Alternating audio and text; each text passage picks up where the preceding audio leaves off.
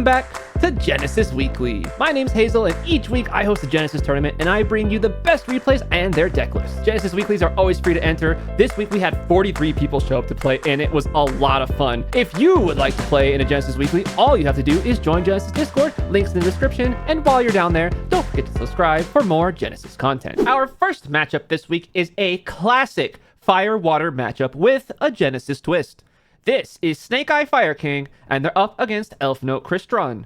Fire King has won the die roll, and they'll begin with Ulcanix destroying a copy of Rangbali to search for Ponix. Not their optimal start, but it will get them there because Ponix triggers, summon itself from its hand, and that'll get them a copy of Fire King Sanctuary, which gets them into the Fire King Island, and now they are really playing the game. They'll activate the island, destroying their Ulcanix, searching for a copy of the Sacred Garunix. That'll trigger both the Ulcanix and the Sacred Garunix. They'll summon a Garunix and summon a Garunix. The new Garunix on the field will destroy a Kieran in the deck, and that's where the Crystron player will respond with their DD Crow. They're going to go ahead and snipe that Rangbali out of the graveyard before the Kieran can get it back. We'll instead have to summon back this Ulcanix, set a Tachyon Transmigration as a bluff, and pass it over. Hopefully they don't break this board. They'll go ahead and start with the Tinia in the center column. They'll next up use the Welcome Home that it places face up to pitch a Smiger and then get into Elfnote's Fortuna. But before Elfnote's Fortuna can activate her ignition effect, we'll go ahead and trigger the Fire King Sanctuary, summoning the Runick's Eternity and destroying all the monsters on the field except for Tinia because Welcome Home will protect her. Unfortunately for the Fire King player, the Elfnote player already had the Elfnote Power Patron in hand, which they can simply normal summon and go into the Strelitzia, and then the Power Patron will get them into the Rhapsodia of Madness all the same. Strelitzia's up next, summoning back the Power Patron, and that'll let them Synchro climb into the Crystal Wing Synchro Dragon, and then the Smiger in the graveyard can get them a copy of Crystron Inclusion. That'll be activated to search for a copy of the Crystron Sulfidor, which will destroy the Inclusion to summon itself, and then bin 2 names from the deck. They'll select a Tristros and another copy of Smiger, and then next up the Inclusion is going to get back the Tristros, and then 5 + 2 = 7 for a Crystron Eleskeletus, getting back that Crystron Inclusion in hand for next turn. Next up, Tristros, of course, destroys their own Eleskeletus, summoning 2 names from the deck, and then 1 name back from wherever they want. So that's going to be Tristros, and a Sulfefnir after all. Go to the battle phase, and curiously, the Crystal Wing will just attack into the Garunix Eternity. I don't know if they forgot that Crystal Wing doesn't work on monsters with ranks, only monsters with levels. But either way, Garunix Eternity was destroyed by battle, and that's going to cause a whole bunch of Fire King monsters to get floated back to the field and trigger all of their effects. Ponix is going to go ahead and get a Fire King Skyburn. Ulcanix will destroy the Ponix and get a copy of the Arvada, and then Garunix Sacred Garunix will destroy a Kieran in the deck, summoning the Arvada from the hand here, destroying the Tristros all as part of one effect, and putting this Monster Negate live on the board. Next up, though, in main phase 2, we're going to go ahead and 5 + 2 into the F.A. Dawn Dragster, get that negate live, and then use the effect of Crystron Sulfefnir to summon itself and then destroy itself. That'll be negated by the Arvada, which destroys the Sacred Garunix as part of its effect. And then they're just going to have to set past. It's a Rhapsody of Madness and the Crystron Inclusion, which is somewhat a bluff. Fire King draws Snake Eyes Poplar for turn, good card, and then they'll also get a Ponix back to their hand, mandatory effect in the standby phase. They'll start their turn, though, with the Fire King Skyburn. They'll target their 2 monsters, and they'll target this set card and the F.A. Dawn Dragster, so of course that'll force out the Dawn Dragster.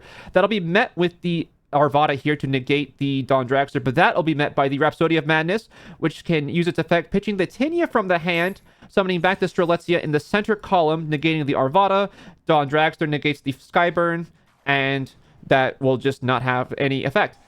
Ponix is up next, comes down, searches for a copy of the Fire King Skyburn. That'll be useful next turn, I suppose. And then the island's up next. That'll be met by Strelitzia, summoning back Tinia. Tinia's here now, doesn't really do a whole lot. Sacred Garunix, though, is going to trigger on a new chain, summoning itself back, and that'll destroy the Arvada on resolution. That'll summon a Kieran, and that's 2 level 8 bodies, so now we can go into another copy of the Garunix Eternity here. Garunix Eternity destroys all monsters on the field, but of course the monster in the center column is protected by Elfnote's Welcome Home, so they'll survive here. The High Avatar Kieran in hand, though, can destroy the Garunix Eternity, and that's going to float back a whole bunch of names, because when Garunix Eternity is destroyed, it gets back monsters from the graveyard equal to the number of materials it had. So here is a Sacred Garunix and an Arvada. Overlay the 2 level 8s, or this time the Dragsluxion, detached to overlay into the number 107. Go to the battle phase, and the number 107 can use its effect to negate the Strelitzia. That also makes our Tachyon Transmigration that we set earlier in the duel live. However, Strelitzia does have 3,000 defense, and we don't have a monster with more than 3,000 attack, so we're not going to be able to attack over it this turn. We'll set this Skyburn, which is live, and pass it over. Elfnote's Lucina is the drop return, and Ponix does return in the standby phase yet again. Crystron Inclusion is up first. It's going to be met by Transmigration and shuffled back into the deck. However, there's a Smiger in the graveyard, and Smiger can search for Crystron Inclusion. It doesn't say use once per turn inclusion. It says you can only activate Crystron Inclusion once per turn. So go ahead and activate this copy now, since we didn't activate one earlier. Searching for the Crystron Cluster all the same. Solfador is up next. It's going to target to destroy the Inclusion to summon itself. That's going to be met by the Skyburn, destroying the Arvada and the Inclusion instead. That's going to be met by the Elfnote's Rhapsody of Madness, summoning a Tenia and negating the Skyburn. Crystron Inclusion will be destroyed by Solfador, and it'll summon itself, sending 2 names to the graveyard. That's going to be the Trisfern and the Prasiordal. Trisfern's up next, banished to search for a copy of Tristeros. Prasiordal up next, banished to special summon the Tristeros from the hand, and then Inclusion to summon another copy of Tristeros. And then we're going to synchro all the way up into the boss himself, Crystron Quarion Gandrax, which will banish 1, 2, 3 monsters on summon from the field and or graveyard. Use the Tristeros, destroy him, summon 2 level 5 names from the deck, and then when Quarion Gandrax is destroyed, you can summon any banished monster to your field. So we'll summon their Sacred Garunix just to add insult to injury before we go to battle phase, and that's lethal. This time, Fire King gets to start with their favorite starter, Snake Eyes Ash. And this Fire King player has played an extended Snake Eyes engine, so you'll get to see what that combo looks like here. Ash into Poplar, searches for the Divine Temple, activate the Divine Temple, place the Snake Eyes Diabellstar. Ash sends the Temple, summons the Oak from the deck. Oak gets back the Ash.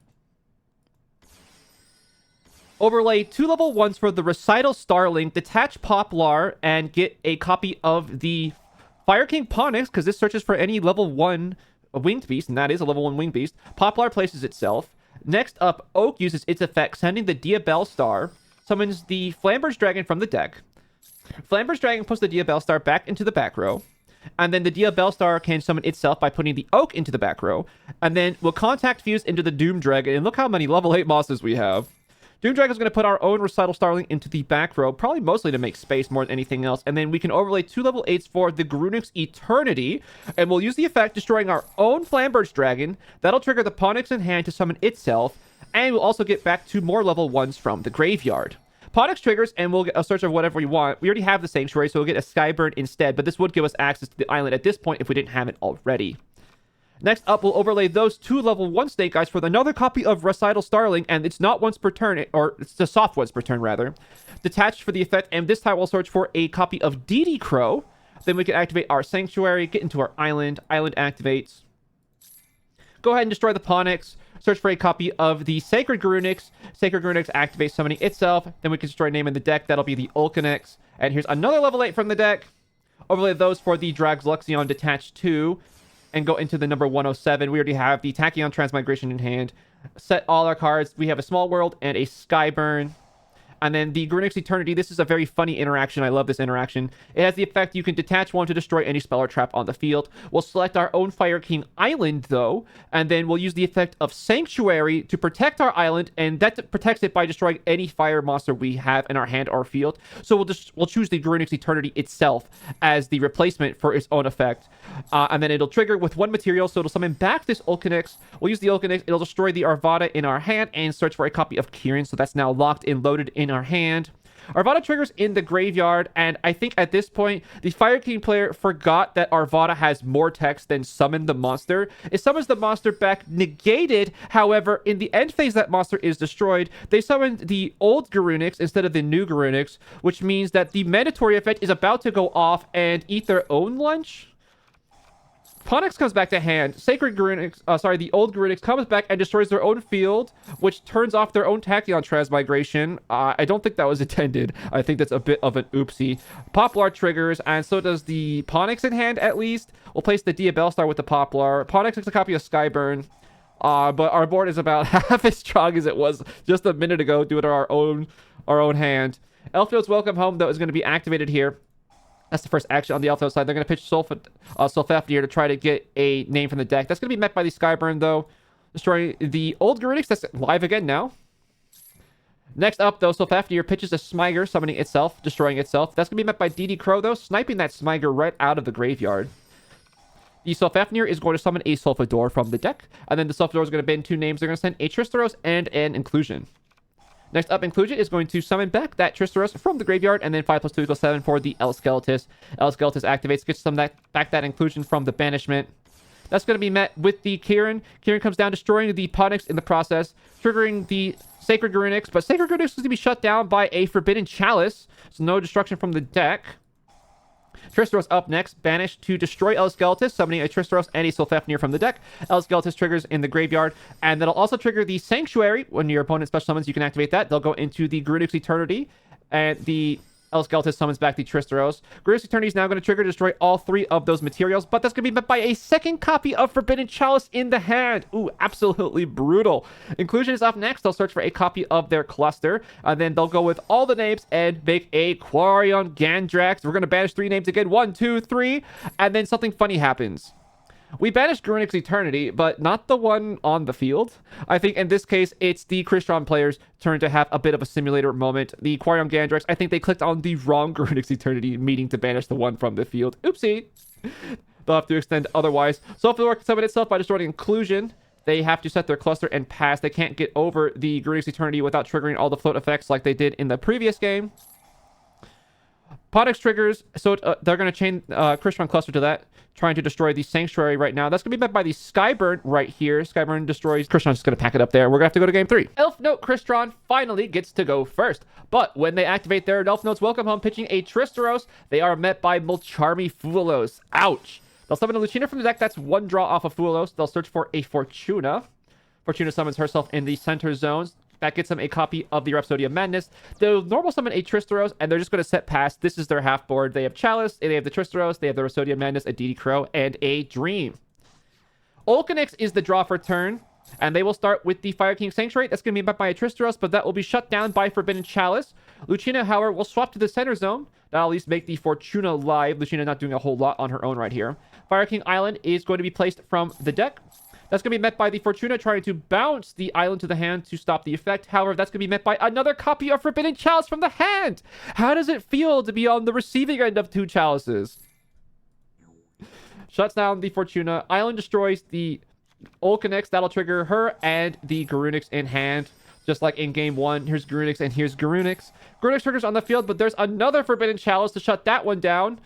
Okay, well, here's Grunik's Eternity, and there's no more Chalices, so we'll destroy everything except, of course, the Lucina, which is protected by the Elfnote's Welcome Home. We'll detach 1 from the Grunik's Eternity, destroy the Rhapsodia, and then Small World here goes DD Crow through the Sacred Grunik's into Snake Eyes Ash. Did you know that bridge was possible?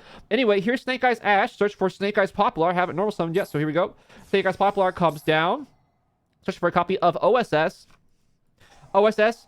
Send Poplar, summon the Ponix from the deck. That triggers Ponix and the Poplar. Poplar places itself. Ponix searches for a copy of the Skyburn. Snake Eyes Ash sends itself and Poplar summons the Flamber's Dragon from the deck. Flamber's Dragon does not put the Lucina in the back row. Instead, puts their own Snake Eyes Ash in the back row. They attack for a little bit, put the Fire King Skyburn face down, pass it over, and here's why you put Ash in the back row, not their monsters. Draw phase, Flamber's Dragon activates, summons the Ash from their own back row, uses its effect, searches for a copy of the Drac Megalo. So now when you use the Skyburn, destroy the Grunik's Eternity, you can summon back the Olcanix, destroy one of your own monsters, and then that gets you into the Kieran to destroy the Megalo, and then that also threatens the Meteor on top of whatever else is going on. Main phase, activate Welcome Home, pitching DD Crow. Skyburn destroys the Welcome Home, starting the chain of events, and that's going to be enough for the Crystron player. Good game, Fire King. Here is the Elfnote Crystron list. For the Elfnote side of things, they have 3 Lucina, 3 Tinia, 1 Fortuna, 1 Power Patron, 3 of the Welcome Homes, and a Rhapsodia. For the Crystron side of things, they have 3 Sulfafnir, 3 Smiger, and 3 Tristeros. Only 1 Sulfador, 1 Trisper, 1 Citri, 1 Prassiota, 1 Inclusion, and 1 Cluster, of course. That leaves 13 slots for non-engine. They have Chalice, they have some Pear Bears, they have Ghost Ogre, they have Skullmeister, and DD Crows. For the extra deck, starting with the Crystron, we have Crystron Elskeletis at 2 and a Quarion Gandrax, of course. You'll always see those. And then for other machine synchros, for when we're locked into machines, we have Excel Synchron, We have Chambara, Dragster, Samurai Destroyer, Jade Dragon Mech, which also serves as a bridge into Crystron, the Arms of Genex Return 0, and a Centurion Legatia. And then for more of the Elfnote side of the Synchro, we have only one copy of Strelitzia. We have Black Rose Dragon, Crystal Wing, Excel Synchro, and Duration. In the side deck, we are playing one copy of Crystron Impact and 2 copies of Vanadium Reframing. No Amortar in sight, just trying to draw them. 3 copies of Poseidra as a breaker alongside one of the heavy infantry to send from the deck with it. 2 copies of Blizzard, 3 copies of Twin Twisters, and the My Body as a Shield. And here is Snake Eyes Fire King. It went undefeated this week at the Genesis Weekly 5-0. They're featuring all 3 copies of the Sacred Garunix, all 3 copies of the Kirin, and only 2 Ponix, 1 Ulcanix, and the Garunix it summons, 1 Arvada, 1 Rangbali, and no copies of Barong. They have 2 of the islands and 3 of the sanctuaries, 2 of the Skyburns, and none of the circles. The Snake Eyes cards, we have 3 Ash, 2 Poplars, the Oak, the Flambirch, the Diabellstar, the Temple, and the OSS, all the basically maximum Snake Eyes package that you would ever consider running. They have the 3 Megalos, of course, and 3 Small Worlds, as you saw, and the 1 Transmigration that's searchable with the Drags Luxion. The remaining it, actually. 44 cards with Transmigration in the main. They also have 8 slots for non-engine manning. After that, 3 Fuelos, the DD Crows, and 3 Final Bringers of the End Time. In the extra deck, we have 2 copies of the Doom Dragon. You use it going first and use it to help break boards. 2 copies each of the Jirac Synchros to try to break the board with the Meteor as many times as possible. All 3 copies of Garunix Eternity. We have the Drags Luxion and the 107 it can summon, and also the number 62 that it can summon for a 4,000 guy. We have our Dingirsu and 2 copies of Recital Starling. You saw the combo where you summon both of them going first. In the side deck, we have some very, very interesting technology. This is Trap Tracks. It's a trap card that says target a monster you control, destroy it, and if you do, set a trap from your deck that you can activate this turn. This is crazy in Fire King. I don't know how nobody's thought of this before, but you destroy one of your guys, triggering all your effects, and then you can set one of these fun cards, such as Mitches for the Gnomes, Mutually Inferred Destruction, Eradicator Epidemic Virus, or Deck Devastation Virus to destroy your opponent and make them cry. For the rest of the side deck, we have 2 copies of Forbidden Chalice, 1 copy of Kurikar Divicarnate, which is searchable by Snake Eyes Ash, Twin Twisters, and Dogoran, which of course is a Kaiju butt fire. Next up, we have 2 decks, each of which you probably would not believe were real if I didn't have the replays right here to show you. This is Paleozoic FTK, and they're up against Clown Crew Exodia. Yes, you heard both of those correctly. Paleozoic won the die roll, and they will begin with the most powerful card, the most aura card, Left Arm Offering, chopping off their entire arm of 4 trap cards to search for Reasoning, all in the sake of trying to FTK their opponent. They activate Reasoning, their opponent calls 6. That is not the correct number, not in this case, and we will begin to mill. We mill 1, 2, 3. Oh, wait, that's a monster. 1 monster in the deck, by the way, and it's 3rd from the top. But the 2 cards we build were Elemental Burst Transaction Rollback, so there's at least a chance. They pass it over with nothing left to do. Clown Crew will begin with a Clown Crew Flare that gets them into a Malabarisme. They'll use a Rehearsal they already have, tributing a Flare. Search for an Operatics and a Bianca Viso. Flare's activated. They'll set the Junk Collector face down. Not relevant, but it happened. Malabarisme up next. Summoning a Meteor and a Diabolo. Tribute both for the Bianca Viso so we can draw 2 cards. We'll get a trap from the deck, and we'll also get a card back from the graveyard in a big old chain. Get back that Malabarisme. Here is our Soiree, and draw 2 cards, both of which are Sangan. Hit over the Junk Collector. Discard for hand limit. We are not going to need this Sphere Mode. Draw for turn. It's a Trap Tantalizing Tune. Nothing there. Draw a Shared Ride for turn. Also nothing. Soiree activates. Can't really summon too much with it. A whole 800 attack points. Attack directly. Activate main phase 2 Rehearsal. Tribute the Meteor. Get 2 cards and trigger the Meteor in the graveyard. Paleozoic's seen enough at this point. They also don't know that this is an Exodia deck. Here's game 2, and behold! Full Paleozoic combo. Beautiful stuff. Draw for turn. It's a Preparation of Rites, and we'll use it to get a Clown Crew Flare. The 3rd one, by the way. Flare activates. We'll get a copy of Rehearsal. Activate Rehearsal. Send the 2nd Flare out of 3 to the graveyard. We'll get a Malabarisme and the Bianca Viso. Malabarisme summons 2 from the deck. It's Fiends and Diabolo, our friends. Tribute both for the Bianca Viso. That means we get a spell from the deck, we get a trap from the deck, and we get to draw 2 cards on top of all of that. Here's a Soiree. Here's an Operatics. And here's our draw 2. It is a Senju and a Fuelos. We'll use the Operatics. It's going to be met by Dynamicious, though. Good trade for the Paleozoic player, putting the Rise to Full Lights in the graveyard and shutting down the Operatics. Go to battle phase, attack for 2,500 with the Bianca Viso. Set, pass. Paleozoic draws return. It's a Paleozoic Dynamicious, not very helpful when you have no other cards in hand. Draw phase. It's a Soiree after drawing a Skullmeister for turn. Summon 2 copies of Fiends from the deck. Flare will get us into another copy of the Bianca Viso. And then we can go ahead and tribute summon Bianca Viso by tributing 1 of the Fiends, because you can do that, and that'll trigger, of course, the Fiends and the Bianca Viso. And that puts, not only that, 7,000 attack points onto the board, which is a lethal amount at this time. Go ahead and set 1 spell from the deck. We'll get another copy of Rehearsal, draw 1 card. It is the head of Exodia, which is funny. Daruma Cannon in the battle phase will shut down the attack. They'll try to chain the Dynamicious in the graveyard to summon it back as a body, but the Skullmeister will shut that down. But the Daruma Cannon will resolve. Board is set. Battle is faded. Main phase 2, Rehearsal. Tribute the Fiends. Get 2 more cards from the deck. 20 remaining in the deck. Set, pass. Elemental Burst is drawn for turn, and if Paleozoic is happy to pitch any card off of Dynamicious, it is probably Elemental Burst. They'll set their Dynamicious finally and pass it back over. The draw for turn is a Manju, 19 cards left in deck. New face activates. Bianca Viso gets flip summoned, both of them. Use the Rehearsal to tribute summon Flare, and then we'll tribute summon for the Bianca Viso with the Flare. That is now 3 Bianca Visos on the board. New face is going to try to target the Dynamicious to destroy it. That'll force out the Dynamicious. Dynamicious is going to target the new face in retaliation. They're going to try to chain another Paleozoic in the graveyard at that point, but the Skullmeister will shut down the Dynamicious in the graveyard yet again. Draw 1 card from the from the Bianca Viso. 18 cards left in deck. Fuelos is the draw. Morella in the battle phase brings back a Dynamicious. Finally, they get to summon a Paleozoic from the graveyard without being shut down by Skullmeister. And of course, Morella will send the transaction rollback to the graveyard. Rollback manages itself to copy the Elemental Burst, sending all the cards on the field to the graveyard, and that effectively ends the turn. Draw for turn. It is the Trap Tantalizing 2, so they need to do something. We're using Lost Wind. We're targeting our own special summoned monster just to get back a Paleozoic from the graveyard. That is 2 level 2 monsters. Here's an Opabinia. Detach for effect. Search for the Leoncoilia. And of course, because Opabinia has a trap cards material, we can activate that from the hand right now. Activate Leoncoilia. Don't chain a Paleozoic in the graveyard. Not sure why. Put that transaction rollback, though, right back in the graveyard, trying to scrape by with any hope at all. Draw for turn. It is the left leg of the Forbidden One. 17 cards left in deck, and our hand consists of the 3 pieces of Exodia. We'll use the Malabarisme to bounce their Opabinia, so then we'll get another search out of it, but all we have to do is set a Manju and pass.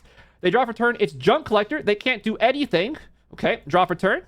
It is the right arm of the Forbidden One. 16 cards left in the deck. Our hand is 4 pieces of Exodia. We flip summon Senju and just start attacking. Good luck, opponent. They draw for turn. It's a Paleozoic Candina. They're going to pitch off the Trap Tantalizing 2. They find a Daruma Cannon, but we draw the 5th piece of Exodia right off the top. Exodia, obliterate. If we roll back the duel to this point where the 3 Bianca Visos were on the field, if we look at the deck, this is unbelievable.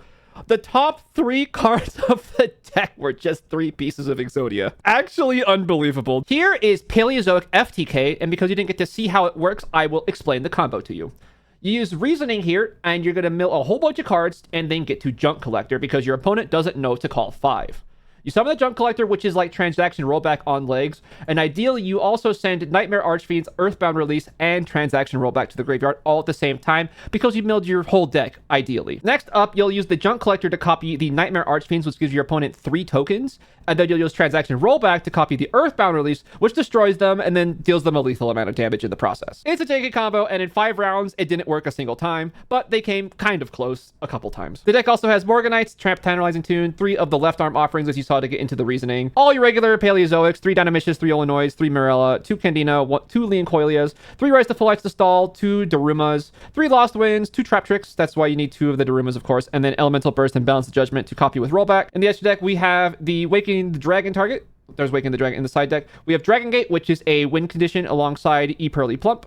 We have the Full Armored Utopia Grey Lancer, which is also kind of like a win con. We have 2 copies of the Namalakaras, 2 copies of the Opabinia, 2 copies of Mannequin Cat, Sky Cavalry, and 2 copies of the Mosquito. In the side deck, we have 3 copies of Nouvelles, 3 copies of Lava Golem, and I like the manga treatment on this. It looks pretty good. 3 copies of Alpha, 2 copies of Waking Dragon, and then the remaining copies of Nightmare Archfiends and Earthbound Release. You need to max out on these because you have to do the combo without milling your whole deck the second time, because after your opponent knows to call 5 for reasoning, your deck kind of falls apart. You really are relying on that game 1 surprise factor to get you over the line. I cannot remember another time seeing an Exodia deck that wasn't either a FTK combo deck or like a stall deck.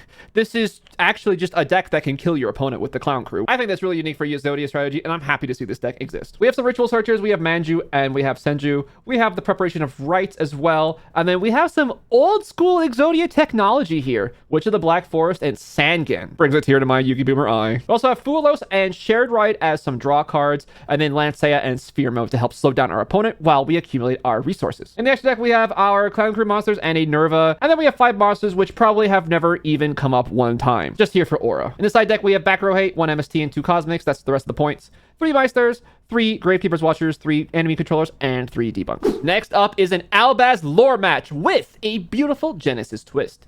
We have Argostars Springans versus Shark Icejade. Icejade will begin with the A-Green, searching for a copy of the Icejade Erosion. They'll follow it up with the Icejade Cradle, searching for a copy of Ran A-Green.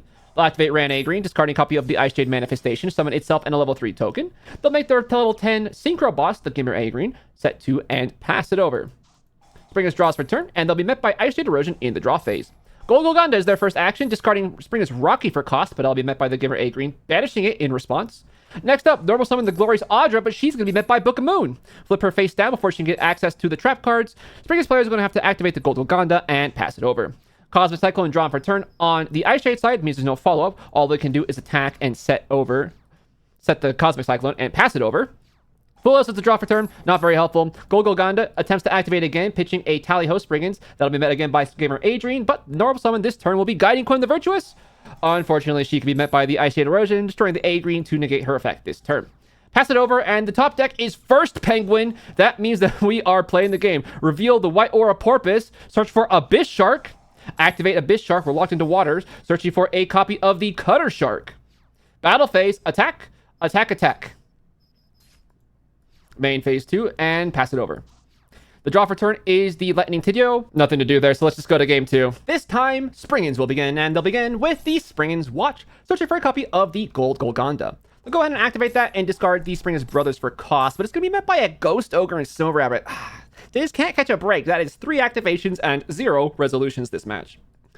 Next up, they have Sprite Smashes, which is not just a Sprite card, it's also a Therian card. And a Springans card. Go ahead and banish for cost, summoning a copy of the Springans Rocky from the deck. Use the effect, getting back the Springans Brothers, which they'll normal summon, and then overlay for the Springans Merrymaker. On summon, it's going to mill a copy of the Captain Sargus, and then they'll overlay for Champion Sargus to search for the King himself, who will come down and equip himself with the Captain Sargus. Next up, Tally Ho Springans. Detach 3 to search for a copy of Springans Kit and summon 3 names, including the Kit. Then the Gigantic Champion Sargus will trigger because it was detached from. We're going to destroy our own Captain Sargus. Not really sure why, but we do that. Overlay the 2 level 4s for the Gung-Ho Springans, which will summon from the deck anything that mentions the Fallen of Albaz. So here's Guiding Quinn, which on summon can send a copy of the Decisive Battle of Golganda to the graveyard. 2 rank 4 monsters overlay for the Utopic Future Zexal, and then Quinn will trigger because a monster left the extra deck, summoning back the Tri-Brigade Springans Kit, which we can synchro into Ecclesia and the Dark Dragon. That'll trigger the Springans Kit in the graveyard. Here comes back the Rocky, and then the Ecclesia and the Dark Dragon will activate, banishing itself to summon back the same Quinn from the graveyard. We're having a bit of a deja vu moment as the 2 materials are right back on the field, but this time they'll be used for Daigusto Emerald. Detach to go ahead and target and shuffle 3 cards back in the deck and draw a card. We'll draw the Argostars field spell, which we don't have any space to extend with, so we'll just let Ecclesia return to in the end phase and pass it over. Draw for turn, it's Cutter Shark, and first Penguin will be the first action, discarding Cutter Shark to summon itself and search for a copy of Abyss Shark. Abyss Shark up next, lock is into water and summoning itself, searching for a copy of the Servicing Big Jaws. Normal summon the Icejade A-Green, but that's going to be met by the Ecclesia and the Dark Dragon, but that will be met by the Ghost Ogre and Snow Rabbit, which shuts her effect down. A-Green will resolve. Here is the Icejade Manifestation. We'll activate that up next, but that's going to be negated by the King. King Regulus negates it, and destroys it. And here is the Icejade Cradle. That'll be met by the Utopic Features Exile, stealing our first penguin and also triggering the gigantic champion Sargass in the process, who will attempt to destroy the Icejade A-Green, and the Gunko Springans in the graveyard go ahead and summon the Captain Spargus from the deck. Champion goes ahead and destroys the A-Green successfully. Next up, Ran A-Green from the hand discards a Surfacing Big Jaw, summon itself and the token, but that's going to be met by the quick effect of the Captain Sargus detaching from Emerald to destroy it. However, we can dodge that with the Cutter Shark summoning itself back, and Cutter Shark activates, which means in the end phase, we'll get a card back from the graveyard. Overlay these two for the Nash Knight, the classic boss here of the Shark deck. Activate the effect, detach 2 materials to attach the number 101 from the extra deck to it, and suck up one of our opponent's monsters. Features Exile is now our material. Then we can rank up into the Chaos Xyz Nash, and go ahead and use its effect to rank up into the C101 Silent Honor Dark, eating their Sargass and running over the Emerald. And now it looks like the Shark players in control of this game. End phase, Cutter Shark gets them back the Icejade A-Green. Draw for turn. It's the Argostars Giant Slaying, which is actually a really, really powerful top deck that gets them into the Glorious Audra. And this is a completely different game now. Normal summon the Glorious Audra, effect, and then effect to get the 2 traps. Activate the Lightning Tideo, summoning itself by pitching the Fallen of Alabast, searching for the Slayer Teu. Here's our home stadium, and here is the Swift Kapane. Tally-Ho Spring is up next, trying to detach a material from the Chaos Xyz to get back to the hand, but that'll be dodged by the Cutter Shark. Cutter Shark summons itself, and we'll get back a card in the end phase. Overlay 2 4s for the Daigusto Emerald, which will detach, targeting 3 monsters summon back. 1, 2, 3 Xyz monsters, including the other copy of Emerald, drawing into the Quem.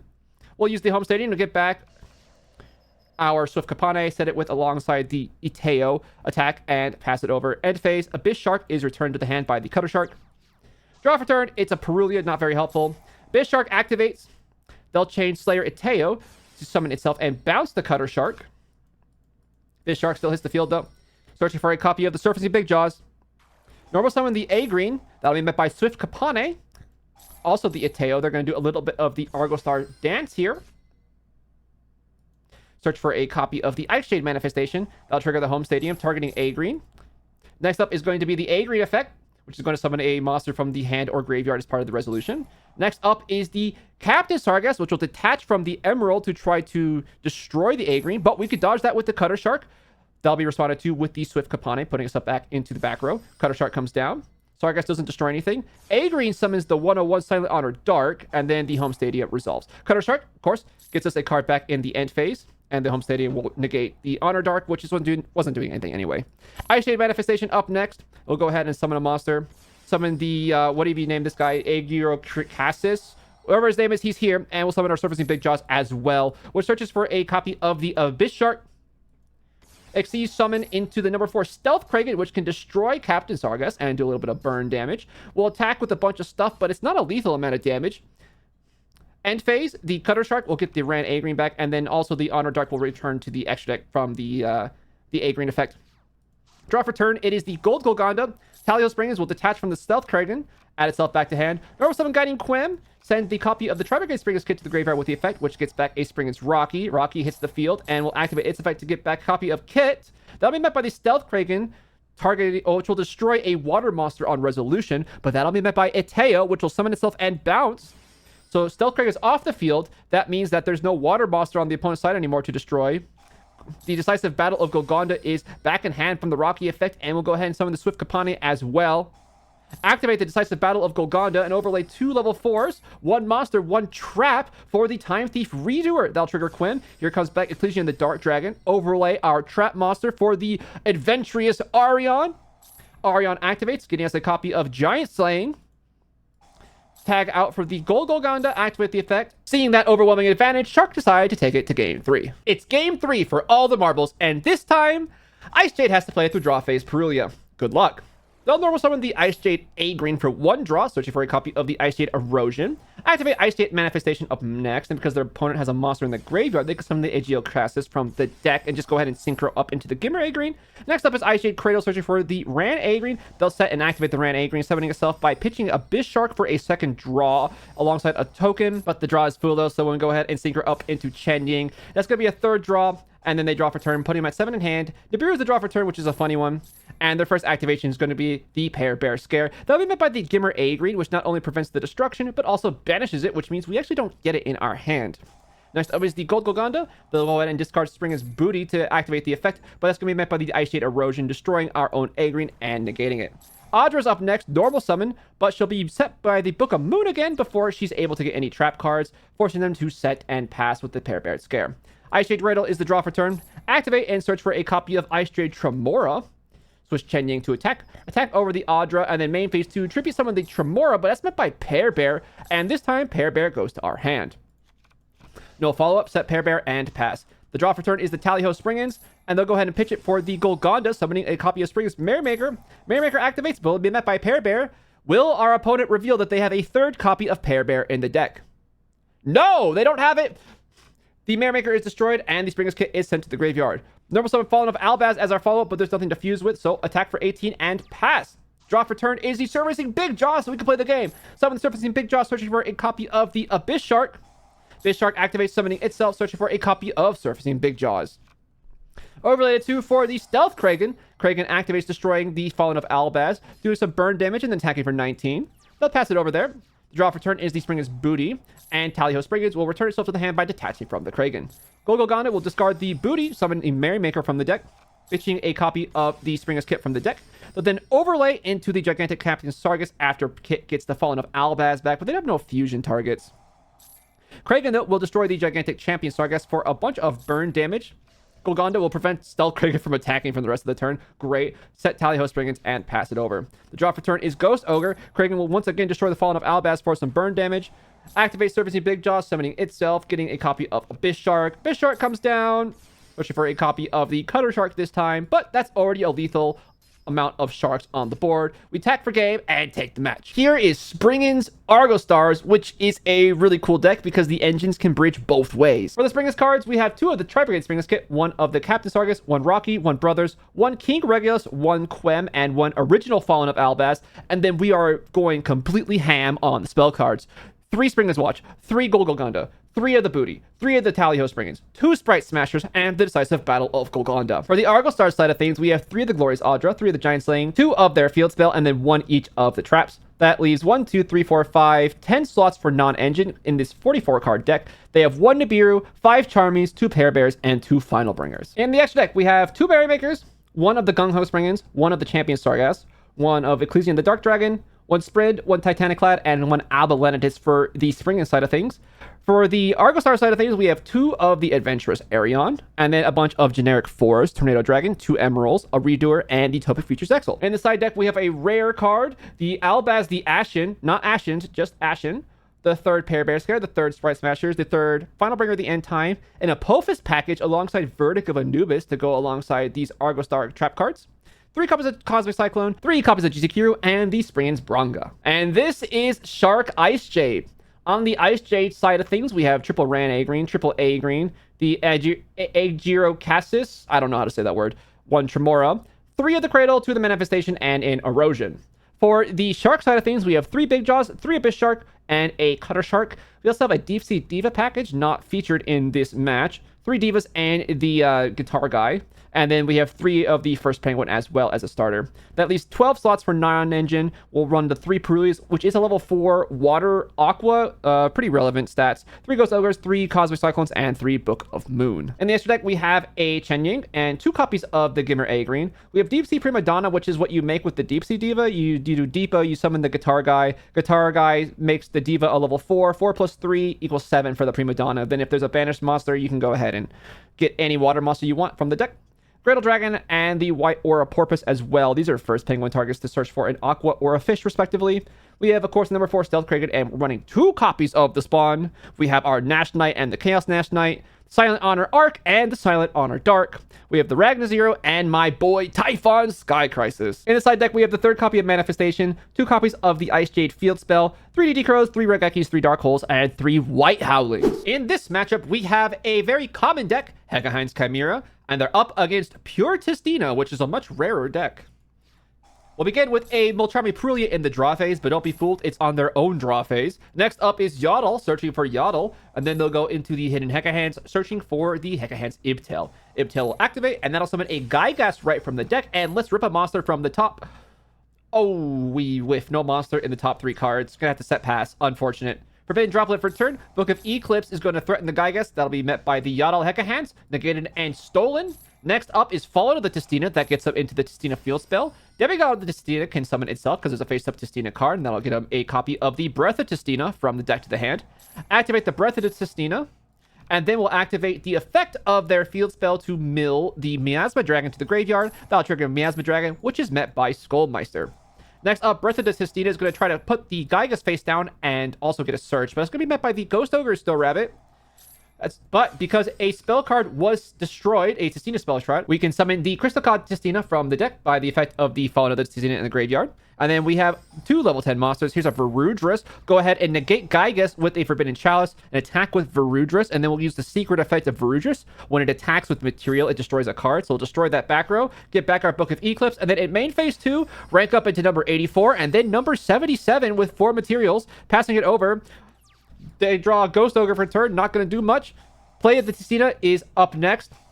Field spell dumps the Sentinel of the Tistina. Play of the Tistina gets it back. Sentinel activates, attempting to destroy itself, but Ghost Ogre can shut it down because it's targeting itself. So they'll just have to attack with the number 77 and pass it over. Ibtail is the draw for turn. They activate that, and that gets them into Godos, but all that does is provide a wall that can't be destroyed by battle. Demigod of the Tistina is drawn for turn. That gets them into the Breath of the Tistina. Activate Forbidden Droplet, sending Miasma Dragon. Godos is now negated. It can be destroyed. And we already have a lethal threat on the board. We're playing a little bit further, but Hecahands Chimera packs it up and takes it to game 2. This time Chimera gets to go first, but they've opened with the Bingwing Berfament and both Chimera Fusions. They'll still start with the Mirror Swords Knight and use its effect, contributing to summon a monster from the deck. Here is Gazelle. They'll just activate Chimera Fusion from their hand. Can't search another one. Fusing with their 2 monsters into the Chimera Fusion. That'll go ahead and trigger all of the effects. Hand Rift later, search for an illusion. They'll choose Nightmare Apprentice and summon back an illusion that is the Mirror Swords Knight back on the field. Next up, Chimera Fusion will add itself back to hand, and then they'll summon the Nightmare Apprentice by pitching a copy of Small World, and that gets them into the Hecahands. Yodel. Yodel activates, putting itself back for a copy of the hidden Hecahands. Next up, Chimera Fusion fuses with Chimera and Mirror Swords Knight into the Fusion Berfament, which will go ahead and send the Skull Archfiend of Chaos to the graveyard, sending the Ritual Spell to get a copy of Dark Chaos in the grip. Ritual Spell gets itself back alongside the the Skull Archfiend of Chaos. And then they'll set a Chimera Fusion and send it with the Hidden Hecahands. That'll get them into a copy of the Hecahands Ibtail and set a Yodel from the deck. Ibtail activates, and here is a Gygas. Let's see if we can find a monster this time. 1, 2, 3. Yes, we do. Here's a Follow to the Tistina, and we can fuse it off into Hecahands Jowza. And you can use any illusion monster for Jowza, so we'll go ahead and use this Nightmare Apprentice, not our Gygas, leaving it face up. We'll search for a copy of the Hecahands Mankable. Use that, fuse away with the other Hecahands on our field into the Hecahands Xeno. Hecahands, now steals a monster from their extra deck. Reveal 2, and we'll steal the number 77 in attack position. A nice 4K beater for us. Ritual Spell, summon the Dark Chaos. Banishing from the graveyard as material. It gets back Chimera Fusion in the end phase. The hand rip hits the Tainted of the Tistina, and they draw a Fua for turn. I bet they were upset. They'll use Fua in their own main phase before starting their plays. That'll be met by Xeno summoning the Tistina Divinity Defies Darkness from the extra deck. They'll use Breath of the Tistina as their next action. That'll be met by Yodel Hecahands, negated and stolen, face down. Next up, Dark Hole. No more spell and trap negates on the board, so everything except for the Dark Chaos has to go. That'll be responded to with the Chimera, the King of Phantom Beasts, on a new chain. It'll banish itself, summon back the Bingwing Berfament, but there's not a lot of searching to do. We can get back a Gazelle, but we already have all of the Chimera Fusions in rotation, so it's just a 1 search, not a double search. Breath of the Tistina up next. Also, normal summon the Sentinel of the Tistina, but that's going to be met by Chimera Fusion. Here is Guardian Chimera and a whole bunch of other trigger effects as well. Draw 2, destroy 1. Summon back an illusion. We'll choose the Hecahands Xeno. Search an illusion. We'll choose the Hecahands Godos. Demigod of the Tistina can summon itself because there is a Tistina card face up, and it'll get another copy of the field spell. Godos will trigger, and they'll also chain the Berfament to summon a monster back from the banishment. They'll get back their Chimera Fusion. Breath of the Tistina is going to try to put the Xeno face down and get a search. It will succeed. Here is the Return of the Tistina. Sentinel of the Tistina can summon itself back.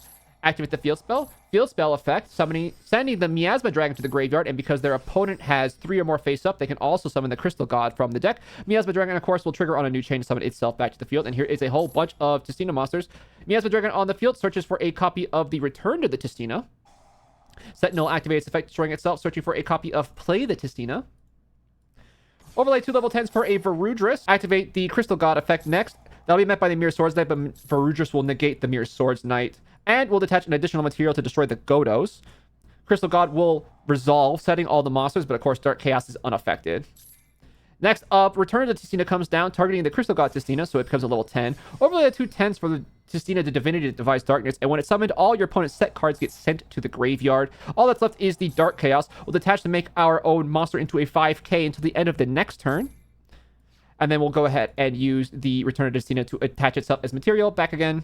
Go into the battle phase, attack for 22, attack for 3000. Not lethal, but quite a lot of damage. Main phase 2, go ahead and make a Zeus before setting the play of the Tistina and pass it over. Add back the Chimera Fusion first thing, and then go ahead and use the Ritual spell, get itself back, and Dark Chaos as well. Activate the Ritual spell, banishing the Guardian Chimera for a 1 material Dark Chaos, which gets back a copy of the Hidden Hecahands. Then we'll use the Dark Chaos to banish the Zeus face down to clean out to Zeus because it's unaffected by the Zeus effect. Next up, Hidden Hecahands, searching for a copy of Ibtel. And then Mankable will fuse with the Ibtel into the Dandalos. Ibtel, when it's sent to the graveyard, floats back any illusion. So here comes the Xeno effect. Let's rip a monster.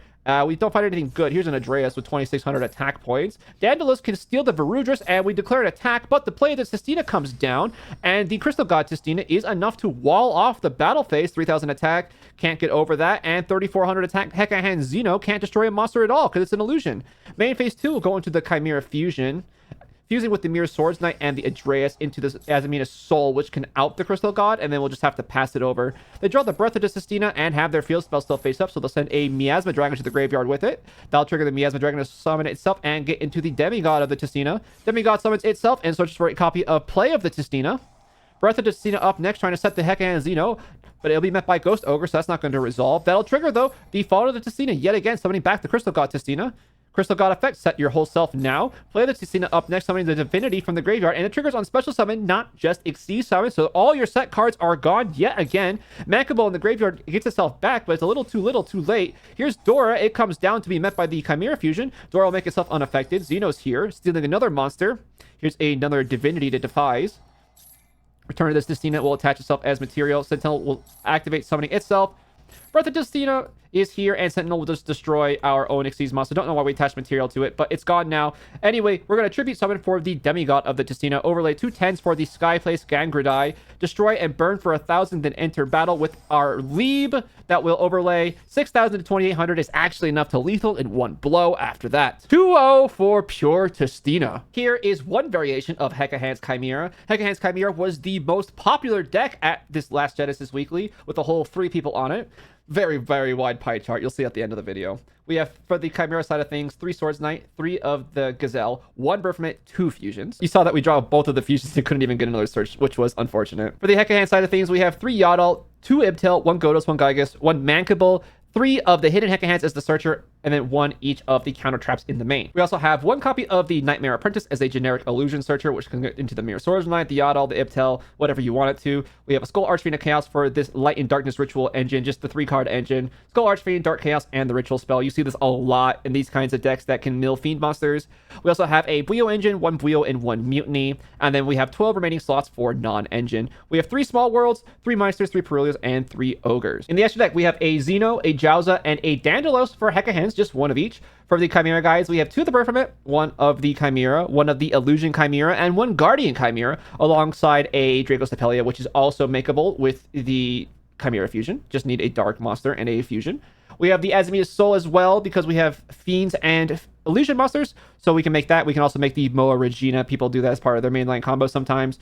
We also have some targets for the Mutiny in the Sky. We have Luce, Aerial Eater, and Duke of Demise. And then we have Shadal Fusion in the side deck. So we have the Mishrarer. Speaking of the side deck, we have Hecahands Godos at 1 to make a total of 2. We have the Hecahands Tartaros, which is the fusion spell for them. It's a quick play. We have Shadal Beast alongside 3 fusions, 3 copies of Santa Claus, 3 copies of Lancea, 3 copies of Cyclone. And here is the raw aura of pure Tistina. 3 demigods, 3 sentinels, 3 fallens, and 1 crystal god.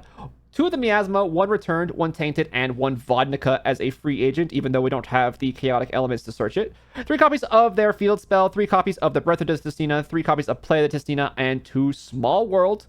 And then the rest of the 14 slots are all non-engine, mostly geared towards going second. We have 3 Fua, 1 Chalice, 2 Droplets, 3 Eclipse, 3 Dark Holes, 2 Lightning Vortex, and notably, no side deck because we aren't afraid of nothing. In the extra deck, we have 3 copies of the Divinity to Defies, and a Varudras, the Gangrenai, and the Leap with a Dora. And then we have a bunch of other guys that sometimes come up. We have the Ensemble Robin, the Ixies Armor Torpedo, and the Black Ray Lancer to go with it, alongside the Utopic Ray Lancer for some pushing power, depending on which names we have in rotation. We also have an Adreus, because rank 5s are possible. We have the number 84 and 77 that you saw, and a Zeus. This next matchup has not been seen by humans since 2023. This is Runick, and they're up against Rescue Ace, well, in this case, Rescue Ace Infernoble. They'll begin with the Ricardetto, special summoning the Airlifter from their hand. That'll get them a copy of Emergency. Activate Emergency, use the effect, special summon a Hydrant from the deck, tributing the Quick Attacker in their hand. Hydrant triggers, that'll get them a copy of Turbulence with the beautiful Chibi alt art. Banish to summon Turbulence and set 4 names from the deck, 1, 2, 3, 4. Synchro 1 plus 4 equals 5 for Roland. That'll get us an effect in the end phase. And then we can equip it with the Joy use, which will get us back the Airlifter with its effect. End phase, send the Almasi to the graveyard, searching for an Impulse, and pass it over. Sphere Mode is drawn for turn, but we will begin with the Runick tip. That'll be met by Rescue summoning back a Hydrant. Thank you for summoning the 3rd monster on your field. We'll search for a Runick Fountain and then basketball them. Further life savings get dunked. Alert at least gets them back a Hydrant into hand, but here's a Runick Fountain and a 1-day apiece. Good luck breaking through that board. Pass it over, and in the draw phase, Runick Tip is activated. That'll get us a search. We'll choose the Freezing Curses, banishing an Airlifter off the top. Main phase, activate the Rescue Ace HQ, which is going to allow them to put back 4 of their names and draw a card. Very handy in this situation. 26 cards in deck. Normal summon the Yugioh. That'll be met by the Freezing Curses, which will negate its effect and then banish the top 3 cards. That'll be met by Roland equipping itself, but that just equips itself. It doesn't really do anything else. Next up, Runick Fountain is going to trigger to draw 3 cards and put back 3 Runick spells onto the bottom of the deck. Airlifter can be bonus normal summon thanks to the HQ. That'll get them another copy of Emergency. Activate that, summoning the Hydrant from the deck and tributing the Hydrant in hand. Hydrant triggers, searching for a copy of Preventer. Preventer can summon itself by banishing the Turbulence in the graveyard. That'll be met by the Flashing Fire, though. Flashing Fire will destroy a special summoned monster and then banish the top 2 cards of the deck. But when Preventer is destroyed, they can get back a banished monster. So here is the Rescue Ace Turbulence back from the banishment. We'll use its effect to set up to 4 Rescue Ace cards with different names, but we only have 1 in the deck. It's the Reinforced, so that'll have to do. Overlay 2 level 4s for the Gagaga Cowboy, trying to get any damage in before realizing 1-day apiece applies to effect damage as well. And then pass it over alongside the Winged Dragon of Raw Sphere Mode. Another basketball is drawn for turn, and another basketball is dunked upon us in the main phase. 1 day apiece, and then set a Threatening Roar and pass. What an infuriating strategy. Draw for turn, it is a Turpin. Activate Dark Hole. That'll be met by Runick Slumber, targeting their own Winged Dragon of Raw Sphere Mode. It won't be destroyed. Also banish 1, 2, 3 cards right off the top. Runick Fountain up next. 1, 2 cards. Draw 1, 2 cards as well. Rescue Ace HQ is going to try to put back 4 cards and draw a card. Succeeds. Draw a Reinforcement of the army right off the top. That gets us into Airlifter. Activate Darkhold number 2. This time it sticks on there. Normal summon Airlifter. That'll be met by the Freezing Curses, which will negate its effect, and then banish 3. 1, 2, 3. 11 cards left in the deck. Activate the Yugioh. Equip it to Airlifter. Activate the Roland. Equip it to Airlifter. But we're still under the effect of 1 day apiece. No damage can be dealt. Pass it over, and Pot of Sloth is drawn for turn as I accidentally highlight things. We'll activate Reinforce, but that doesn't really change the outcome of the Pot of Sloth as they find the 3rd copy of 1 day apiece from it. Reinforce in the graveyard at least gets them back alert, I suppose. 1 day apiece is activated. 10 cards left in deck. Card Scanner is here. Runick Destruction activates, targeting the HQ to destroy it and banish 4 cards. 6 cards left in deck. Runick Fountain. 1, 2. Draw 2. They find the Smiting Storm off the top, which banishes cards equal to the number of cards they controlled, which is 6. That leaves 0 cards left in deck, which means all they have to do is pass it over, and that's a deck out. Here's game 2, and Rescue Ace didn't open super hot this game. Rescue Ace, not the most consistent deck in the world. They have an HQ and a Contain and a Dream. Runick Tip. On the Runick side is the first action, searching for a copy of Runick Fountain, banishing the Quick Attacker off the top. Activate Runick Fountain. Set, pass. Beautiful turn. Twin Twisters, drawn for turn. Beautiful card. Destroying the Runick Fountain and a Waboku, which will be chained, so no battle damage this turn. Standby main. Phoenix Gearfried can summon itself by banishing a Durandal that was discarded for the Twin Twisters. That'll be met by Flashing Fire. Destroy yourself now and banish 2 off the top. Runick Fountain, drawn for turn, saving the Runick player from running out of cards slowly over time, but they pass it over there. Waboku saves them again. They pass it over. Synchro Zone, drawn for turn, set pass. Turpin, drawn for turn, Synchro Zone activated. Synchro Zone says that players can only attack with Synchro monsters if you weren't familiar. Fire Attacker tributes over the Turpin. At least it's a 22 attacker. It can't attack, though. It doesn't really do a whole lot. Freezing Curse is up next, targeting the Fire Attacker and banishing 3 cards before they go ahead and put 3 cards back and draw 3 more cards. Oh my goodness, that is so much draw power. I love drawing cards. But this Rescues player will not be drawing 1 card because Runick Destruction is going to be chained to their HQ. They can't recycle cards. And in fact, they're going to lose 4 cards right off the top instead. Pass it over. Runick Tip. Plot of Sloth's drawn for turn. They'll activate the Runick Tip. And they'll get a Runick Destruction and banish a Renaud off the top. Runick Freezing Curses is up next, negating the Fire Attacker trigger and banishing 3 more. 19 remain in the deck. Runick Fountain activates. I'm going to draw 3 cards with that. Beautiful draws. Runick Destruction up next. Targeting the set back row. Destroy and banish 4 cards before we set and pass it over. Draw for turn, 14 in the deck. Normal summon Airlifter effect. Searching for a copy of Alert. Activate Turpin, which can equip from the graveyard. It sure is equipped. Synchro off into the Ruddy Rose Dragon. That'll be met by the Flashing Fire to destroy the Ruddy Rose Dragon. That'll force Ruddy Rose Dragon to tag out immediately. They'll go ahead and chain Alert to that and chain Rescue to that. So Rescue's going to get the Airlifter back on the field. Alert's going to go ahead and get the Fire Attacker back into the hand. Ruddy Rose tags out into the Black Rose Dragon. Flashing Fire doesn't do anything. And then Ruddy Rose banishes both graveyards. However, Black Rose Dragon is a when you can effect, and it was summoned as Chainlink 3, which means it's actually going to miss timing, unfortunately.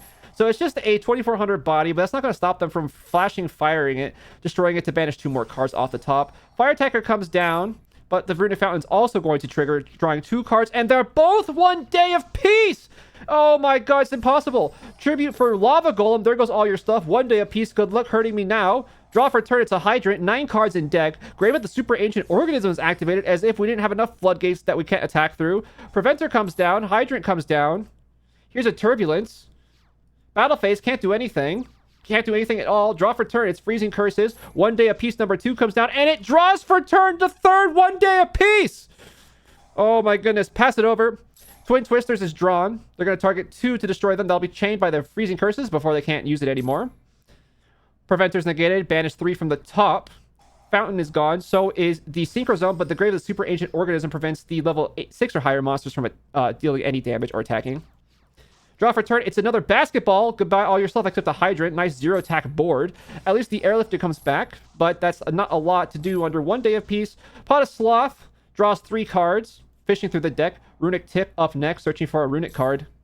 Go ahead and search for the Freezing Curses. Banish 1 off the top. There's 1 card left in the deck. Runick Fountain activates. They pass it over. Extinguish is drawn for a turn. It was the last card in the deck. Here's the Almache, but if they don't win this turn, it's all over. They can't deal any damage to the 1 day apiece. Runick draws. They put the Sphere mode in defense mode, and that is a double deck out 2-0. Here is the Rescue Ace Infernoble deck list, featuring 3 Airlifters, 3 Quick Attackers, 2 Preventers, 2 Hydrants, 2 Turbulence, 1 of each artwork, 1 Impulse, and 1 Fire Attacker. And then for Rescue Ace Spells and Traps, of course, it's quite literally 1 of everything. For the Infernoble side of things, we have triple Ogier, triple of the Ricardetto, double Renaud, 1 Turpin, 2 Rhodas, 1 of each artwork, 2 of the Almache, 1 Durandal, and 1 Joyous. We also have a surprise guest Fire Warrior in the form of Hare, the Swordman Konko, and the Mayawashidori to go with it. And our non-engine is 3 Dark Holes. In the extra deck, we have a Doom Dragon, Vengeance Dragon, a Dryshin Ruddy Rose, a Charles the Synchro one, a Braver Dragon, Lava Lord, X-Lord, the Burst Griffin, Stardust Dragon, Black Rose Dragon, the Roland, the Angelica, Formula Synchron, Dempsey, and a Gaga Cowboy. In the side deck, we have triple Immortal Phoenix Gearfried, triple Sticky String Kaiju, triple Skullmeister, triple Lullaby of Obedience, and triple Twin Twisters. And here is the Runick deck list. It is, for all intents and purposes, pure Runick doing what Runick was meant to do, which is banish all the cards in your opponent's deck. For the Runick cards, we have maximum copies of Fountain, Tip, Freezing Curses, Slumber, Destruction, and Flashing Fire with 1 copy of the Golden Droplet and the Smiting Storm. We also have 3 copies of One Day of Peace, which is probably the best card in the deck, and 3 copies of Pot of Sloth, which is really funny to see in a deck that's not just a blind second strategy. You also have 1 copy of Card Scanner, which is funny because if you know the bottom card of your deck is a spell, you can just draw it, which of course you do all the time because of Runick Fountain. You have 6 copies of cards that block the battle phase, Waboku and Threatening Roar, and 1 Solemn Judgment for good measure, and then 6 cards that tribute your opponent's cards to help stop them from doing anything. 3 Sphere Modes and 3 Lava Golems. Notably, this deck has no extra deck because we can't even use any of these to summon a monster because there's no extra monster zone. So we'll just go ahead and go to the side deck where we have 3 non-fusion area, 3 Synchro Zone, 3 Massacre Restrict, 3 Stygia Dirge, and 3 Grave of the Super Ancient Organism. Just a whole bunch of floodgates because what else is Runick going to play on their way to deck you out? Next up, it's once again time for dinner and a show. A different variation of Clown Crew than we saw earlier. Returning to the Genesis Weekly, it's Clown Crew Nouvelles. They're up against a new variation of 3-slot, which I think is quite neat. It's Radiant Typhoon Phantom Knight. 3-slot will begin with Terratop, great start, searching for a Takatomborg. Special Takatomborg, and then activate the Noble Knight Shield Bearer to get them into a Radiant Typhoon Eldum. Special summon the Eldum and use the effect, searching for a copy of Swen. Special Swen and use his effect, get a copy of Radiant Typhoon Chant. Next up, 3 level 3s become Ashura King, and now that we are insulated from hand traps, here is the Radiant Typhoon Chant, searching for a copy of Megala, Special Megala, overlay 2 from Materiactor Exiguard, which is going to summon the Giardra from the deck, discard a card to summon El Vanilla from the deck, and here is our Malavent Scythe, detach summon a Decayed Cloak from the deck, that'll activate, search a copy of the Doom Solaret. Normal summon, we haven't done that yet. Set a copy of the Umbrage Veil from the deck. Overlay 2 3s for the Xyz Armor Torpedo. Detach, draw another copy of Terratop. 2 rank 3s get overlaid here to make the Utopic Futures Axle. Now we can just keep extending. Umbrage Veil summons itself. That triggers Stained Greaves summon itself. Doom Solar in the graveyard will make both of them 4s. And then we can overlay for the Dark Rebellion Xyz Dragon, which of course triggers the Malavent Scythe. And we'll search for the new Phantom Knight's rank up spell. Not the old one, the new one. Activate that. We'll get back a banished Doom Solaret and then rank up into the Dark Requiem Xyz Dragon. Decayed Coke in the graveyard will let us treat the Malavent Scythe as a level 3, so we'll overlay it with the Doom Solaret here for a Ghost Trick Alucard, and then rank that directly up into the Ghost Trick Angel of Mischief, which can detach the Alucard to search for the Ghost Trick Shot. Activate that, which will then resummon the Alucard from the graveyard, and then we can rank that up into the Xyz Armor Fortress. Detach that, and we can search for the full armored Xyz. Alucard in the graveyard will trigger because it was sent to the graveyard. We can add back another Ghost Trick card to our hand. That'll be the Ghost Trick Shot. We'll go ahead and set a Chalice and a full armored Xyz and pass it over. Good luck. Bianca Viso drawn for turn. They will start though with the menu revealing Foie and Bale Grill. They'll get a Foie and a meat recipe. Next up, the Operatics activates, and they'll use the effect, summoning a Fiends from the deck. That'll be met by the full Armored Xyz. They'll rake it up into the Dark Knight Lancer, immediately banishing from the graveyard to equip itself, and then suck up the Fiends as Xyz material. That'll be met by Ghost Ogre, but of course the Dark Knight Lancer can't be destroyed a couple times per turn, so it'll still survive. Next up, we're going to use the Meat Recipe. Tribute Bianca Viso to summon a Foie Glacia. Attack in with it and force out the negate from the Ashura King, otherwise we would be outing the board for sure. Negate and destroy. Go into main phase 2, so now we can use the rehearsal to get into the Malabarisme and Bianca Viso. Activate Malabarisme, can't even speak. 2 Fiends, and then tribute both for Bianca Viso. Importantly here, now that we have multiple Fiends in the graveyard triggering, we can force one of them to be chain blocked, and that one will be the one that shuffles all of the Xyz monsters. So first, we're going to do the shuffle effect, then we'll chain block it with the Bianca Viso, and then we'll put a Fiends as the third effect here, and that'll be to set a card from the deck. Unfortunately, the Fiends will be negated by the Requiem Xyz, and then the Bianca Viso will be negated by the Chalice on the field. Didn't know it was the Chalice there, so that's 2 of our effects gone. But the Shuffle effect will still resolve as Chainlink 1. Goodbye to your whole field. Go to the end phase. Operatics will draw 2 cards, get a Manju and a Chalice, set the Chalice, and pass it over. Draw for turn. It is the 3rd Terratop, so we're going to special Terratop and normal Terratop before going into a Break Sword. Break Sword is going to try to out the Bianca Viso. That'll be negated by Chalice. We'll have to go to battle phase and attack with the Break Sword, crash into the Bianca Viso, triggering the Break Sword effect, summon back 2 Phantom Knights, and the levels will become 4. Doom Solaret's one of them, and on summon it's going to set the old Phantom Knights rank up spell. Yes, we have both in this deck. Main phase 2, 2 level 4s become the Dark Rebellion Xyz Dragon. Detach 2 materials for the effect to steal half of Bianca Viso's attack, which is just kind of funny more than anything else.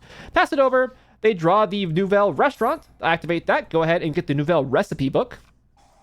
Next up, Operatic summons a Fiends from the deck. Malabresme tributes the Fiends and forces out the back row. They'll chain it to rank up the Dark Rebellion into the Dark Requiem. Fiends in the graveyard is going to try to shuffle the Requiem. Requiem is going to detach one material to negate that. They still have one material remaining. Recipe book is up next, followed by a Manju, but that's going to be the second material off the Dark Requiem. Negate and destroy the Manju. And because they actually got to destroy the monster, they'll summon back any Xyz monster they want. They have selected the Breaksword in this case. Bianca do defense mode to defend our life points. End phase. The Nouvelles Restaurant is going to put back 2 cards and draw 1 card. We draw Malabresme, and now we're going to have a bit of a branded main phase 3. Activate Malabresme, still in the end phase here. Flare and Fiends come down. That triggers the recipe book because we summoned a ritual monster, and we'll go ahead and use the effect to search for the staff recipe, and then we'll go ahead and use the Operatics. We'll draw 1 card, and then we can set that same staff recipe because we can set whatever we want with that effect. Draw phase, activate the staff recipe. Use its effect to summon a token and increase the level of Flare to 2.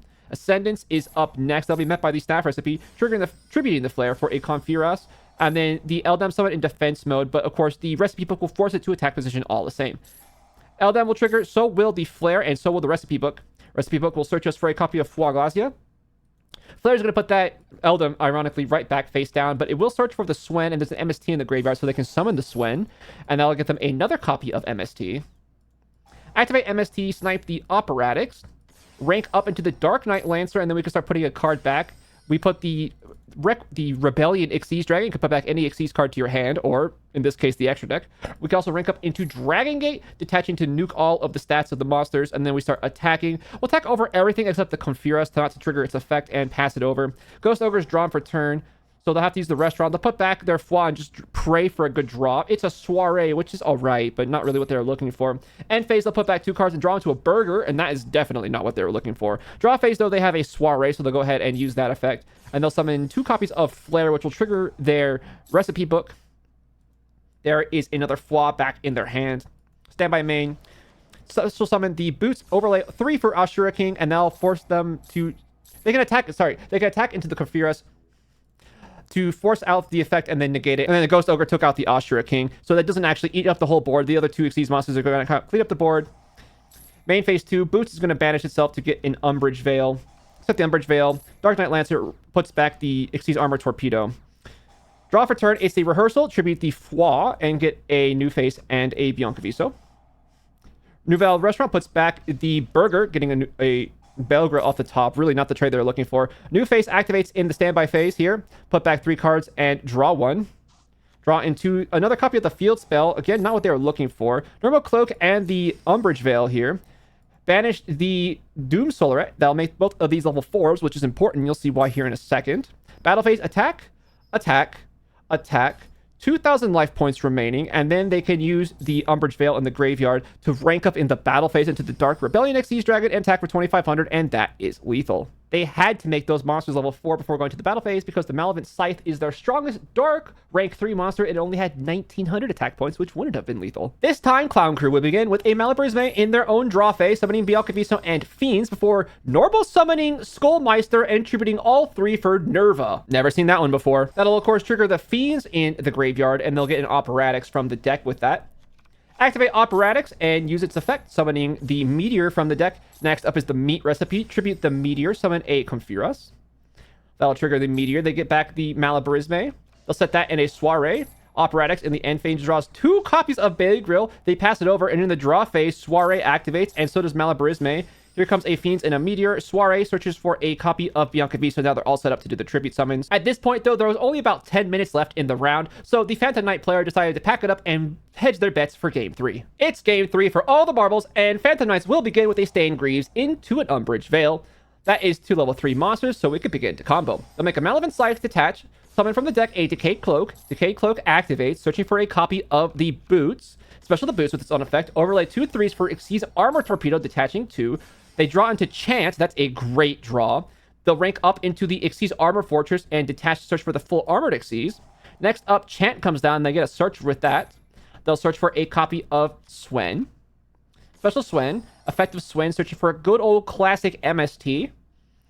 Then they set a bunch of cards. Decayed Cloak is going to treat the Malevolent Scythe as a level 3, so they can make the rank 3 Alucard with it. Go ahead and banish the boost to get a copy of the old Phantom Knight's rank up spell. Rank up into the Devotion of Angel of Mischief. Detach Alucard to search for the shot. Ghost Trick Shot activates, gets back the Alucard. Set pass.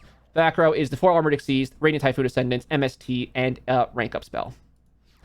Draw for turn, it's the recipe book, and we'll start with the field spell, searching for a copy of the meat recipe in the process. Next up is the recipe book, and then we'll use the field spell, putting back a ritual monster and drawing into a copy of Ghost Ogre. Hersal up next, tribute the Ghost Ogre, and search for Bianca Viso and an Operatics. Operatics activates, and that'll be met by MST. We'll meet that with Malabarisme, summoning 2 Fiends. Not that timing matters too much. Next up, though, Phonics comes down because there was a quick play spell, and then there's another quick play spell here, Radiant Typhoon Ascendants. And that means that Phonics is quite literally going to blow these Fiends away. Both of them get shuffled back into the deck, and with that, Nouvelles was simply blown away by Phonics as well. And here is the dinner with a show, the Clown Crew Nouvelles. We've shown it off before, and it's pretty similar to what we had before, but here is the updated deck list. 3 copies of Flare with 2 copies of Bianca Viso, 3 copies of Rehearsal with 2 copies of Malabarisme, and then 1 each of Operatics, Soiree, and the New Face. For the Nouvelle side of things, we have 3 of the Bay of the Grill, 2 Foie, 1 Burger, and 1 Confiras, 2 of the Restaurant, 2 of the Meat Recipe, 2 of the Menu, 1 of the Recipe Book, and 1 of the Staff Recipe. We also have a bit of Ritual Support, 3 copies of Manju, and that leaves 9 slots for Non-Engine. 3 Meisters, 3 Ogres, and 3 Chalice. In the extra deck, we have the Clown Crew guys, all at 3, plus the Nerva as well. Red Eyes Flare Metal Dragon is a functional card in the extra deck as well, helping you close out the game, because sometimes, Clown Crew just can't quite get to 8,000. We also have a number 11 Big Eye, Goblins Crazy Beast, and 2 copies of Valon. In the side deck, we have 1 of the level 5 Nouvelle, however you pronounce that word, and a Fish Recipe to go with it. 2 copies of the Final Bringer of the End Time, 2 copies of Enemy Controller. These are always great because you can set them off of the Operatics if drawn in the end phase. 3 of the Sphere Mode, because of course you can summon that during your opponent's turn with the Bianca Viso, etc. 3 copies of DD Crow, and 3 Twin Twisters. And here is Radiant Phantom Knights, the new hero in the 3-slot world. 3 copies of Sularet, 3 copies of Decay Cloak, 3 copies of Staingreaves, 2 Boots, an Ancient Cloak, and a Torn Scales, alongside both of the rank up magics, and 2 copies of Umbrage Veil for the Phantom Knight package. For the Radiant Typhoon package, we have 3 Swen, 1 Eldem, 1 Megala, 3 Chant, and 3 Ascendants, 1 Mandate, and a Shield Bearer for a Searcher. We have a little bit of generic 3 support. We have 3 Terratops and a Takaton Borg. We also have the Jigadra, as you saw, which combos with the Sealmaster Mace, who's, of course, one of the most powerful cards in the deck because they have such a great mastery over Talismans. We have the full Armored Exceeds as an engine requirement, as well as the Ghost Trick Shot, and that leaves a whole bunch of non-engine. Forbidden Chalice at 1, 3 Lava Golems, 3 Winged Dragon Aura Sphere Modes, 2 Book of Eclipse, and 3 MSTs for a total deck count of 50 in the main. In the extra deck, for Phantom Knights, we have Drake Sword and Malavit Scythe. We also have the Exodia, as you saw for the combo, and an Ashura King. We have Ghost Trick Alucard and the mischief that it goes into. We have the Xyz Armor Torpedo and the Xyz Armor Fortress, the full armor Utopic Ray Lancer, and the Dark Knight Lancer, all that can go into. We have the Dark Rebellion Xyz Dragon as a rank up target, as well as the Carmael, and the Requiem Xyz Dragon, as you saw. We have Dragon Gate and Utopic Future Zexal, as well as different rank up options to make either your final end board better or your kill potential better. In the side deck, we have Evil Swarm Ophion as an alternate rank up target when you're placing off against a deck who dies to that. We also have the 1 of Phonics and the 1 of Vibrant Vortex, alongside 3 copies of Manifestation to help get them both into rotation. We have 3 copies of Great Creeper's Watcher, 3 copies of a card that I made up 1 second ago to confuse you, which is the Talisman of Spell Sealing, which says, activate this card only if you control Sealmaster Mace. Spell cards and their effects on the field cannot be activated. Negate all spell effects on the field. If you do not control Sealmaster Mace, destroy this card. It's basically Imperial Order at home, except you never heard of it until right now. And then we have 3 copies of Typhoon to fill out the rest of the side. That's going to be it for this week. Hope you enjoyed the replays. I'll put the standings, of course, and the pie chart up on the screen so you can get a better idea what's going on in the event. Don't forget that if you want to join in a Genesis Weekly, all you have to do is join Genesis Discord. Links in the description. And don't forget to subscribe for more Genesis content. Thank you so much for watching, and I'll see you in the next video.